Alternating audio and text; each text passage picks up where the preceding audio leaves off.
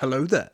So for today's upload we're going to be looking at what if the universes of Ben 10 Prime and the MCU were one in the same. So we begin the timeline at the end of Ultimate Alien. Dagon is defeated and Ben stands victorious against Vilgax. Ben drops Ascalon on the ground and instead of Azimuth appearing to give Ben the new Omnitrix, a Quinjet lands and out steps Maria Hill.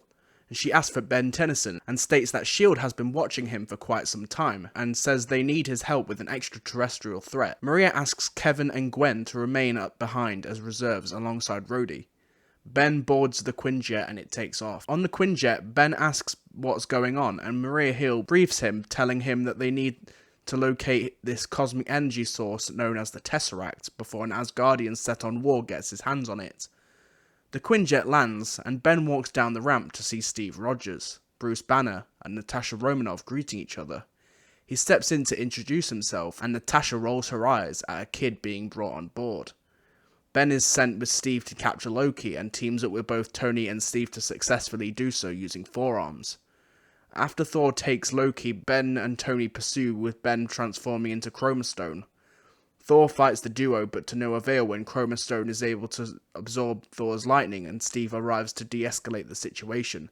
And Thor backs down sooner than he usually would have, wisely deciding he's no match for all three, including the hero that saved the universe from the hybrid. Back on the helicarrier, Ben transforms into Brainstorm to assist Tony and Bruce with locating the Tesseract before he loses power. The argument breaks out like it does in the regular timeline, except Ben processes his frustrations a lot better than the rest due to being used to wrath.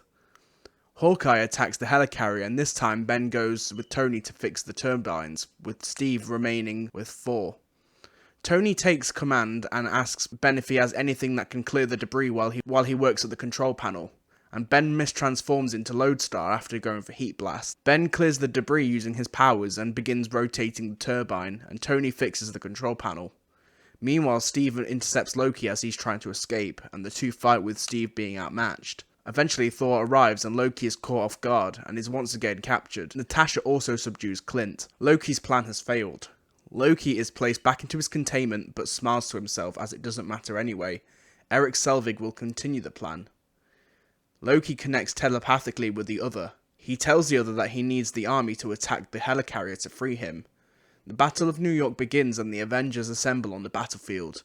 Ben transforms into Ultimate Swampfire to fend off the Chitauri. A trio of Leviathans fly towards the helicarrier, and Loki takes a deep breath before summoning a dagger to crack his containment pod, and it plummets to Earth, but is caught on the back of the Leviathan. Loki breaks out and jumps onto a Chitauri chariot, and heads back to New York. The World Security Council then decides to launch the nuke at New York. Natasha is ready to shut the portal, but Tony objects and contacts Ben.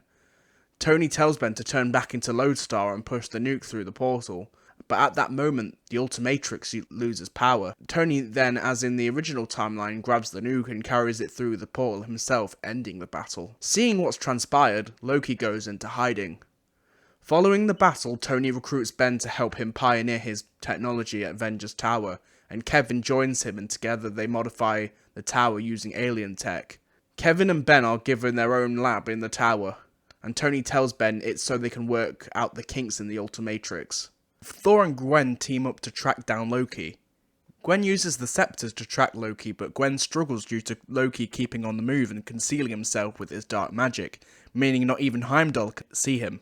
Loki decides to bide his time to take down the Avengers and escape the planet, to eventually return to complete his conquest. Due to his PTSD, Loki being missing, and access to alien technology, Tony begins building new armors, but this time he builds more, and his advancements are quicker than in the main timeline, as he begins to spiral out of control.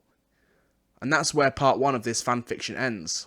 Let me know if you want to see me do a part 2 going into Avengers Age of Ultron. But for now guys, that's all, and I'll see you guys for Ahsoka episode 5 on Wednesday. Thank you all for watching.